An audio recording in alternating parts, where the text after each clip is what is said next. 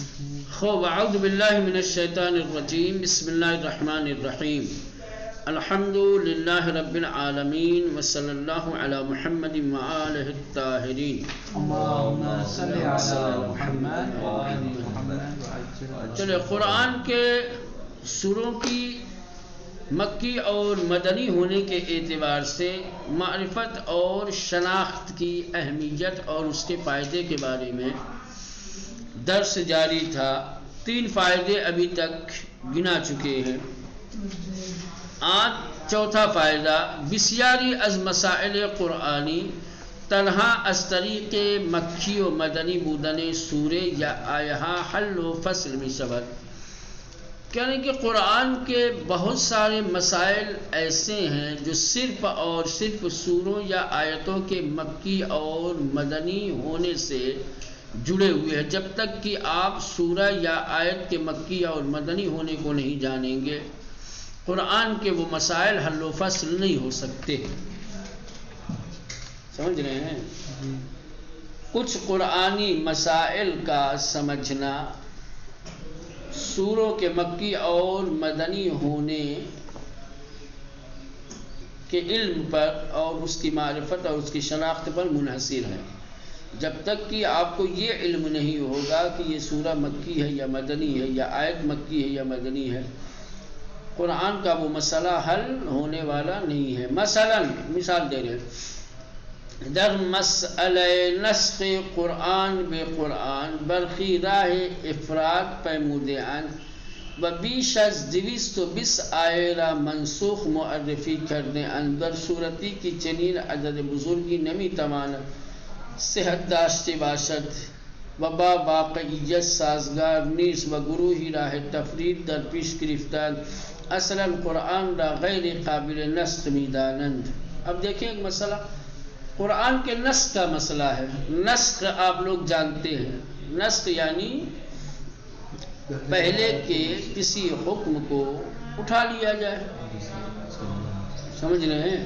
پہلے اللہ نے کسی مصلحت کی بنیاد پر کوئی ایک حکم نازل کیا ہو اور پھر کچھ دنوں کے بعد دوسری مصلحت کی بنیاد پر اللہ پہلے والے حکم کو اٹھا لے، ٹھیک، اس کی مشروعیت کو ختم کر دے، اس کو کہتے ہیں نسخ. اب نسخ کا مسئلہ قرآنی مسئلہ ہے، لیکن قرآن کے نسخ کے مسئلے میں لوگ 2 حصوں میں بٹے ہوئے ہیں، بلکہ 3 ہے لیکن ابھی 2 کیا فی الحال جو ہے ذکر کیا ہے. بعض لوگوں نے افراد کا راستہ اختیار کر لیا، کہا کہ قرآن میں 200 سے زائد آیات نسخ موجود ہیں. بعض لوگوں کا کہنا ہے کہ قرآن میں 220 آیتوں سے زیادہ آیتیں منسوخ ہیں، آیت نسخ موجود ہے، جبکہ یہ نہیں ہو سکتا اتنی بڑی عدد میں آیتیں منسوخ کر دی جائیں، یہ مناسب نہیں ہے، یہ بات ہضم نہیں ہوتی ہے. تو انہوں نے افراد کیا، کچھ لوگوں نے افراد کیا، زیادہ روی کی اور قرآن کی آیات کی ایک بڑی عدد کو 200 سے زیادہ آیتوں کو کیا ہے آیتیں منسوخ قرار دیا. دوسری طرف کچھ لوگوں نے تفرید کا راستہ اختیار کیا. جن لوگوں نے تفرید کا راستہ اختیار کیا ہے ان کا کہنا یہ ہے کہ قرآن میں آیتیں منسوخ ہو ہی نہیں سکتی، وہ اصلاً منسوخ مانتے ہی نہیں. یہ بھی صحیح. تو قرآن کے نسخ کے مسائل میں دیکھ کسی نے افراد کر دی، کسی نے تفرید کر دی، کسی نے کہا کہ اتنی آیتیں منسوخ ہیں، کسی نے کہا نہ کوئی آیت منسوخ ہے ہی نہیں. اب یہ مسئلہ کیسے حل ہوگا؟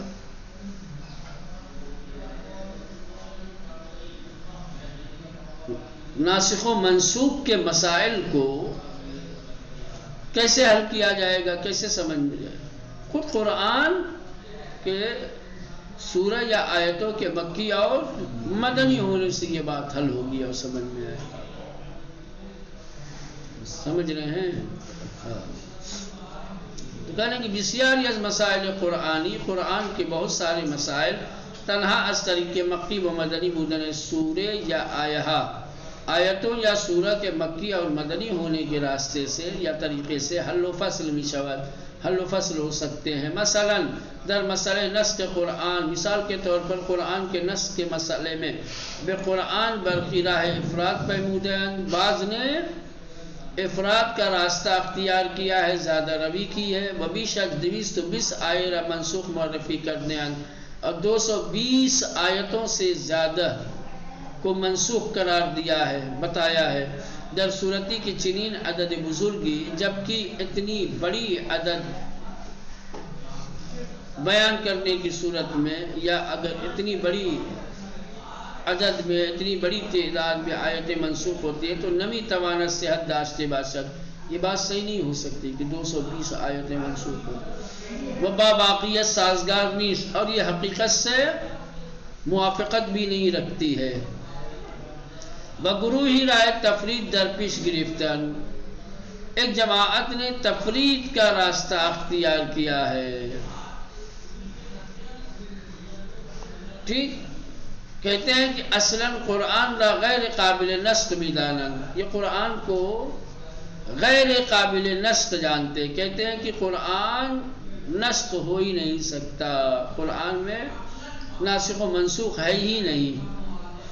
بے ویجے نسخ قرآن بے قرآن، خصوصیت کے ساتھ خود قرآن کا نسخ قرآن کے ذریعے سے، چونکہ نسخ کی قسمیں ہیں. سمجھ رہے ہیں؟ کبھی ایسا بھی ہو سکتا ہے کہ آیت کیا ہے منسوخ ہو، اس کا ناسخ حدیث ہو. قرآن نسخ قرآن بالقرآن، نسخ قرآن بالروایت، ابھی وہ آئیں گی قسمیں. تو یہ جن لوگوں نے قرآن کے نسخ کے مسئلے میں تفرید کا راستہ اختیار کیا ہے، وہ کہتے ہیں کہ قرآن میں اصلاً نسخ ہے ہی نہیں. خاص طور سے خود آیت کو دوسری آیت کے ذریعے سے نسخ کیا جائے، یہ ہے ہی نہیں ہے. زیرا شرط تحقق نسخ تنافی میان دو آیت، کہنے کہ اس لیے کہ نسخ کی شرط دو آیتوں میں منافات ہے. جب تک کہ دو آیتیں آپس میں ایک دوسرے کے مخالف نہیں ہوگی، نسخ وجود میں نہیں آئے گا. تو کیا یہ ہو سکتا ہے قرآن کی دو آیتیں ایک دوسرے کے مخالف ہوں؟ ایک آیت کچھ اور کہہ رہی ہو، ایک آیت بالکل اسی کے برعکس کہے.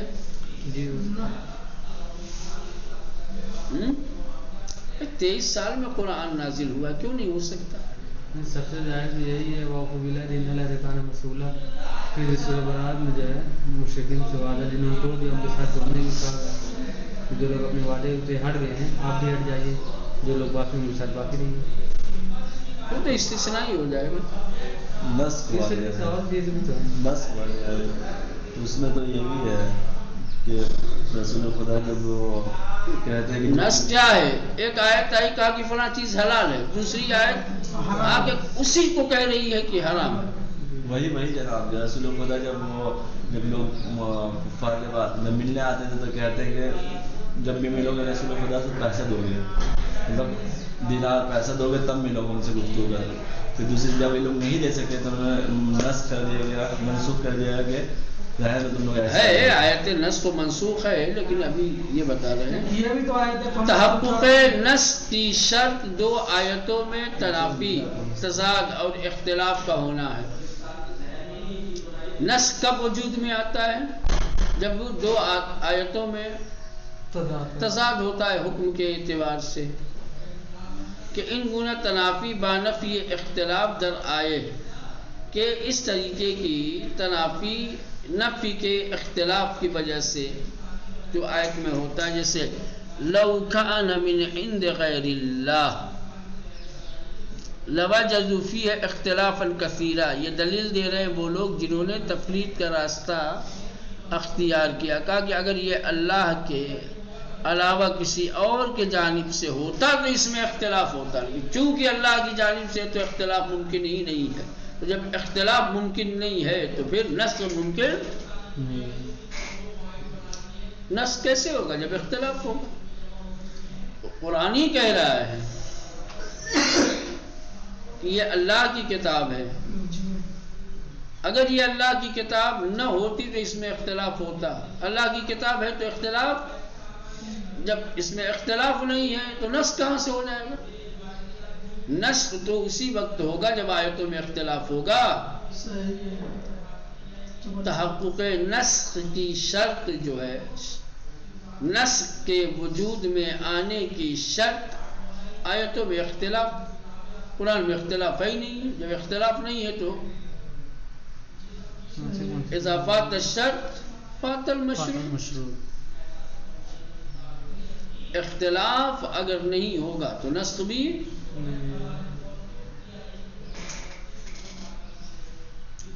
کیونکہ اگر نسخ کو مانا جائے تو خود نظریہ نسخ قرآن کی اس آیت کے مخالف ہو جائے گا. آیت کے لیے کہ اختلاف نہیں. چلے ودست حد وسطرا برگزیدے و اصل نسل پر. اب یہ تیسرا نظریہ یہ ہے کہ جنہوں نے درمیانی راستہ اختیار کیا ہے نسخ قرآن کے بارے میں، حد وسط کو، راہ وسط کو اختیار کیا ہے اور اصل نسخ کو قبول کیا ہے. کہا کہ نہ، قرآن میں آیات منسوخ موجود ہے لیکن وہ بہت ہی محدود ہیں. نہ تو مثلا کہ پہلے والے قول کے مطابق 200 سے زیادہ، نہ پہلے دوسرے والے قول کے مطابق ایک دم ہے ہی نہیں ہے. محدود کچھ آیتیں، چند آیتیں، اور حقیقت یہی ہے کچھ آیتیں ہیں قرآن میں ایسی جو منسوخ ہے. الجملہ آیاتی کی افراطیون آن را منسوخ میدانند. وہ آیتیں کہ جن آیتوں کو افراطیوں نے منسوخ جانا ہے، یعنی وہ پہلے نظریہ والے 220 آیتوں والے. آئے فمستمتعتم بہی منہن فآتوہن اجورہن.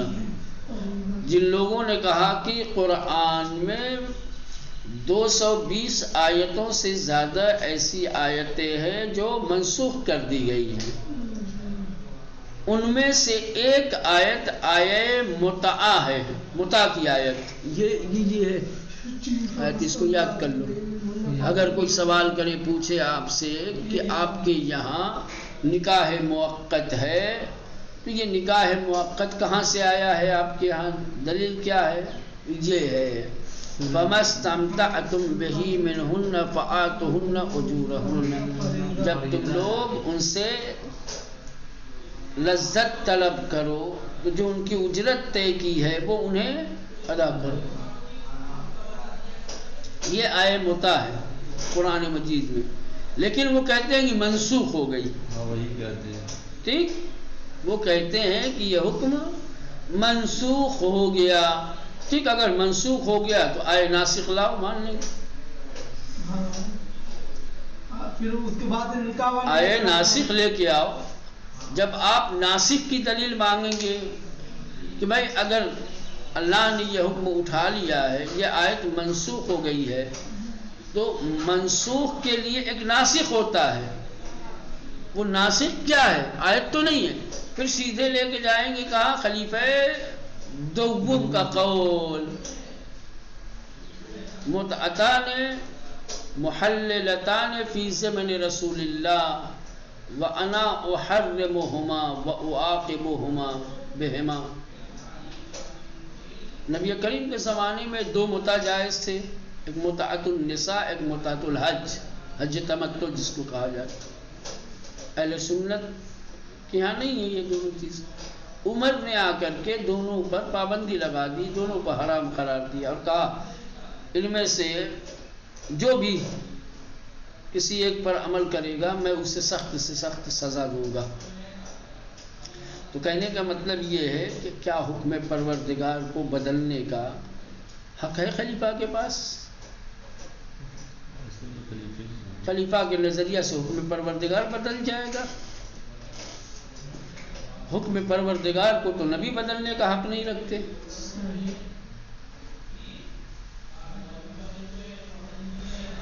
پیغمبر تو صرف احکام الہی کو بیان کرنے، احکام الہی بنانے والے تھوڑی. سمجھ رہے ہیں؟ پہلا ایسا ہوتا تو سورہ تحریم پڑھو شروع. کیوں جب حلال چیز کو اللہ کے نبی نے حرام کہا تھا تو اللہ نے تنبیہ کہا کہ میرے نبی کیا کر رہے ہیں؟ کیوں آخر حلال چیز کو اپنے لیے حرام قرار دے رہے ہے نا؟ تو یہ ہے آیت. ٹھیک کہ دربار ازواج موقت نازل شدہ است. یہ آیت کریمہ عقد موقت کے بارے میں نازل ہوئی ہے کہ ناسخ ان رتب کے گفت امام شافعی محمد بن ادریس آئے. خوب امام شافعی محمد بن ادریس نے اس آیے عقد موقت کو کا ناسخ اس آیت کو جانا. والذین هم لفروجهم حافظون الا على ازواجهم او ما ملكت ايمانهم فانهم غير ملومين فمن ابتغى وراء ذلك فاولئك هم العادون. کہا کہ یہ ناسخ ہے. امام شافعی نے کیا ہے آیے عقد موقت کو منسوخ مانا ہے اور اس کا ناسخ اس آیت کو مانا ہے والذین لفروجہم حافظون. لیکن دو دلیلوں کی بنیاد پر امام شافعی کے اس نظریے کو قبول نہیں کیا جا سکتا. جس آیت کو امام شافعی نے ناسخ بتایا ہے یہ آیت آیے متع کے لیے ناسخ ہو ہی نہیں سکتی. نمبر 1، عقد متع جس خاتون کے ساتھ مرد کرتا ہے وہ اس کی زوجہ ہوتی ہے. عقد متع کرتا ہے تو کیا ہوتا ہے؟ یہ بھی آیت کہہ رہی ہے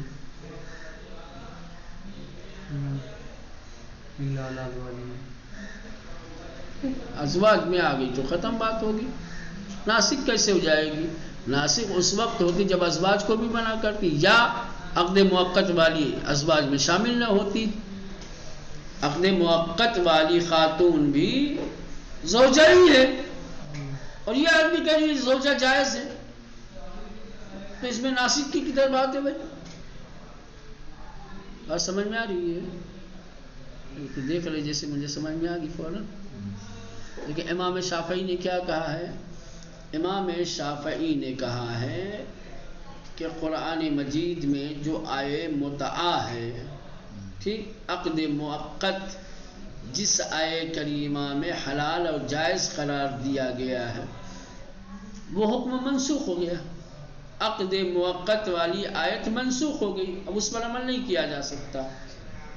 تو کہ منسوخ کیا تو کسی آیت کے ذریعے سے اس کو منسوخ کیا ہوگا، اس کا ناسخ ہوگا. جس کے ذریعے سے پہلے والے حکم کو اٹھایا جائے اس کو ناسخ کہتے ہیں اور پہلے والے کو منسوخ کہتے ہیں. کہ کوئی آیت اتری ہوگی نا حکم قبلی کو، عقد موقت کو تحریم کرنے کے لیے، اس کو منسوخ کرنے کے لیے کوئی آیت اتری ہوگی. کہاں یہ آیت ہے والذین هم لفروجہم حافظون الا علی ازواجہم. یہ آیت ناسخ ہے. اللہ نے اس آیت کو اتار کر کے حکم متع کو ختم کر دیا، اٹھا لیا ہے. کہ ہم نہیں مانتے کہ یہ آیت ناسخ ہو آیے متع کے لیے. کیوں؟ پہلی بات اس آیے کریمہ میں کیا کہا گیا ہے؟ والذین، یہ صاحبان ایمان کی صفتیں بیان کی ہیں یہاں سورہ مومنون کی آیتیں. ٹھیک، یہ صاحبان ایمان وہ لوگ ہیں جو اپنی شرمگاہوں کی حفاظت کرتے ہیں مگر اپنی ازواج کے لیے، کہ وہ اپنی ازواج کا استعمال کرتے ہیں، یعنی ازواج کا استعمال ان کے لیے حلال ہے، جائز ہے. تو عقد متع جس کے ساتھ ہوتا ہے وہ کیا ہوتی ہے؟ زوجہ ہوتی ہے کہ نہیں ہوتی ہے؟ تو یہ آیت بھی کیا ہے، زوجہ کو حلال قرار دے رہی ہے.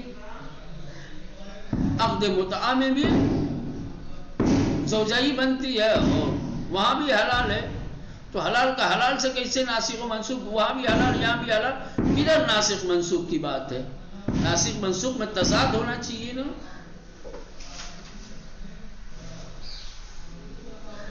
یا یہ کہنا چاہیے تھا کہ جو عقد متعہ میں وہ زوجہ نہیں ہوتی. ابھی یہ ایک دلیل ہے. زوجہ نہیں ہوتی. وہ اگر اس آیت میں ذکر ہوتا تو کہا جاتا کہ یہ آیت ناسخ ہے. یہ آیت تو تائید کر رہی ہے اس کی، نہیں کر رہی ہے. یہ پہلے والے میں تو ازواج زوجہ جو قرار نہیں دیا اس نے، متع زوجہ ہے، زوجہ لفظ زوج نہیں آیا ہے، لیکن فمستأتم بہ منہن، ہن کس کے لیے ہے؟ وہ خواتین جن سے آپ نے لذت طلب کی. یعنی کوئی بھی عورت ہو، مطلب ازواج نہیں ہوئی تب تو عورت نہیں ہوئی. لیکن عقد متعہ جب کرتے ہو تو وہ عورت کیا ہوتی ہے؟ تمہاری بیوی ہوتی ہے کہ نہیں ہوتی ہے؟ ہمارے اعتبار سے نا، ان کے اعتبار سے تو نہیں ہے. کیوں ان کے اعتبار سے نہیں ہے؟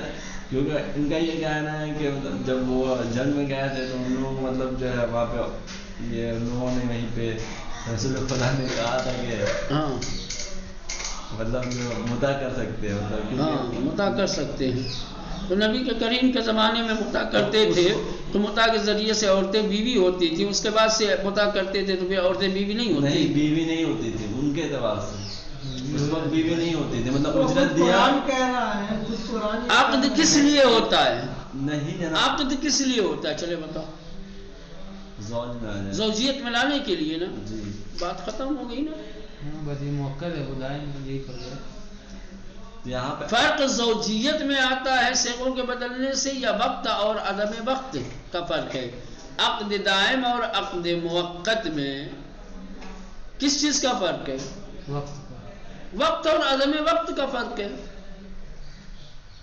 زوجیت کا تو فرق نہیں ہے نا کہ چلو عقد موقت کرو گے تو عقد دائم کرو گے تو زوجیت میں آ جائے گی، عقد موقت کرو گے تو زوجیت میں نہیں آئے گی. یہ کس نے کہا؟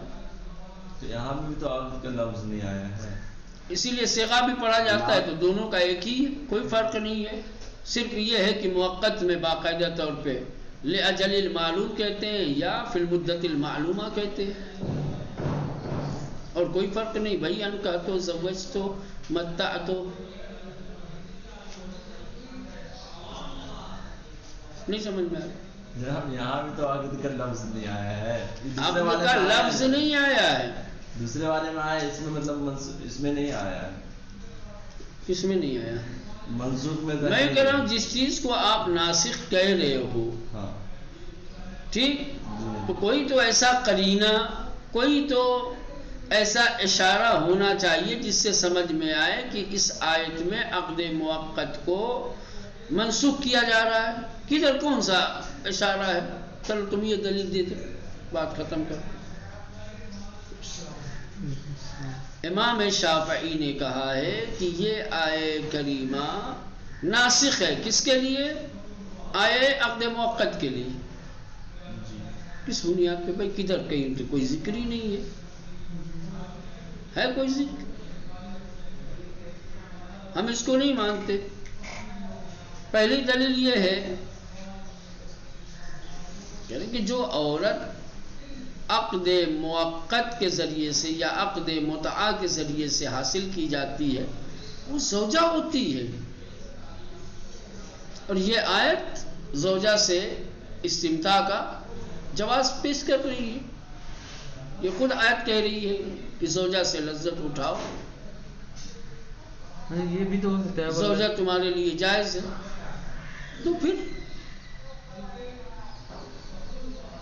جب زوجہ کا استعمال کرنا، اس سے استمتاع جائز ہے، ٹھیک، تو یہ عقد موقت کے مخالف کہاں ہوئی؟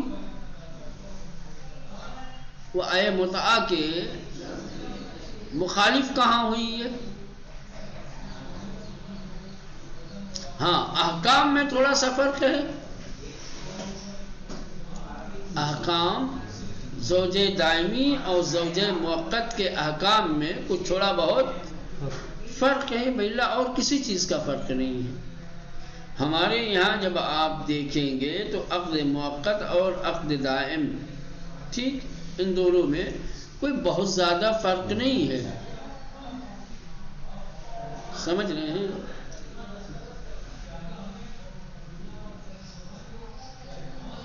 کچھ معمولی چیزوں کا فرق ہے، وراثت وغیرہ کا، وہ بھی اگر شرط کر لے اور سامنے والا منظور کر لے تو وہ بھی آ جائے، سمجھ رہے؟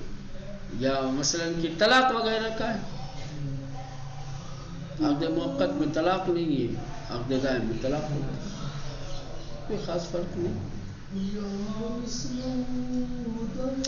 خوب، ثانیاً دوسری بات یہ ہے، اس کو پورا کریں، آیائی را کے ناسخ فرض کر دیں در سورہ مومنون است کہ تماماً مکی است و کسی ان آیہ را استثناء نہ کر دیا است در صورتی کہ معمولاً باید ناسخ پس از منسوخ باشد، مطلب فوق را استاد زرقانی نہیں زیادہ۔ دوسرا دیکھیں قاعدہ کیا ہے ناسخ و منسوخ میں، منسوخ ہمیشہ پہلے ہوتا ہے، ناسخ بعد میں ہوتا ہے، وجود کے اعتبار سے منسوخ پہلے ہوتا ہے، ناسخ یہ برعکس ہے، ٹھیک ہے؟ آئے مطاع پہلے ہونی چاہیے، پھر ناسخ، یہ جو سورہ مومنون کی آیتیں ہیں یہ کب ہونی چاہیے؟ بعد میں ہونی چاہیے، جبکہ مسئلہ برعکس ہے۔ سورہ مومنون سورہ مکی ہے، سورہ مومنون کیا ہے؟ مکی سورہ، تماماً مکی ہے، ان آیتوں کو بھی استثناء نہیں کیا گیا ہے کہ کسی نے استثناء کیا ہو کہ یہ سورہ مکی ہے لیکن یہ چند آیتیں مدنی، ایسا نہیں۔ تو ترتیب کے اعتبار سے سورہ مومنون جو منسوخ جو ناسخ ہے وہ پہلے ہے، یہ کیسے ہو سکتا ہے؟ ابھی نہیں سمجھ میں آیا۔ یہ ایسے ہو سکتا ہے جناب کہ یہ کہیں گے کیونکہ انہوں نے کہا پہلے میں دوسرے میں، جیسے انہوں نے یہ کہا کہ جو بھی مکے میں جو نازل ہوا ہے احکام کے لیے نہیں، اس سے نہیں لے سکتے، احکام واپس نہیں کر سکتے، جو احکام لاگو ہوا ہے وہ مدینے سے ہوا ہے، تو جو مکے میں نازل ہوا اس کو احکام سے نہیں لیا، یہ احکام والے آیت ہے۔ احکام نہیں لے سکتے تو پھر اللہ کے نبی کیسے عمل کرتے تھے؟ اصحاب کیسے عمل کرتے تھے؟ کیسے اس حکم کو مانتے تھے؟ اتنی سورہ مکین ہے، تو انہوں نے پچھلے میں کہا نا جناب کہ احکام والی جو ہے وہ جو مکے ہمیں تو نہیں مانتے تھے، تو اس زواج کو مت مانو، موقت کو تو مانو، موقت مدنی ہے نا، مومنین کو نہیں مانو گے نا، کہ مطاع والی کو نہیں مانو گے، تم تو الٹے ہی چل رہے ہو۔ تمہاری یہی دلیل ہے نا کہ جو مکے میں نازل ہوئی ہے اس پر عمل نہ کیا جائے، اس کے حکم کو نہ مانا جائے، جو مدینے میں نازل اس کو مانا جائے۔ تو ہم بھی تو وہی بات کہہ رہے ہیں کہ سورہ مومنون مکے میں نازل ہوا ہے تو اس کو مت مانو، مطاع والی تو مدینے میں نازل ہوئی اس کو تو مان لو۔ اب تم بالکل برعکس کر رہے ہو، مدینے والے کو نہیں مان رہے ہو، مکے والے کو مان رہے ہو۔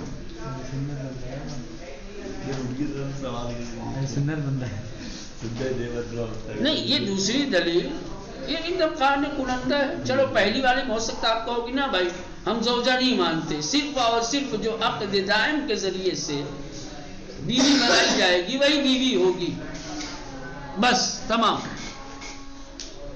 ٹھیک۔ تو اب چونکہ ہمارے پاس کوئی ایسی دلیل نہیں کہ مثلاً کہ قرآن سے پیش کریں کہ عقد موقت، چونکہ اسی پہ تو سارا جھگڑا ہی، اگر بیوی مان لیا تو جھگڑا ہی سارا ختم ہو جائے گا، ہے نا۔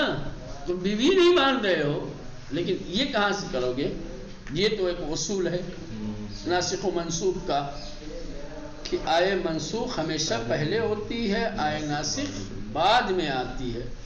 جس آیت کو امام شافعی نے ناسخ قرار دیا ہے وہ سورہ مومنون کی آیتیں ہیں، اور سورہ مومنون مکمل مکی ہے، تو پھر مکی آیت سے مدنی آیت کو کیسے منسوخ کیا جا سکتا ہے؟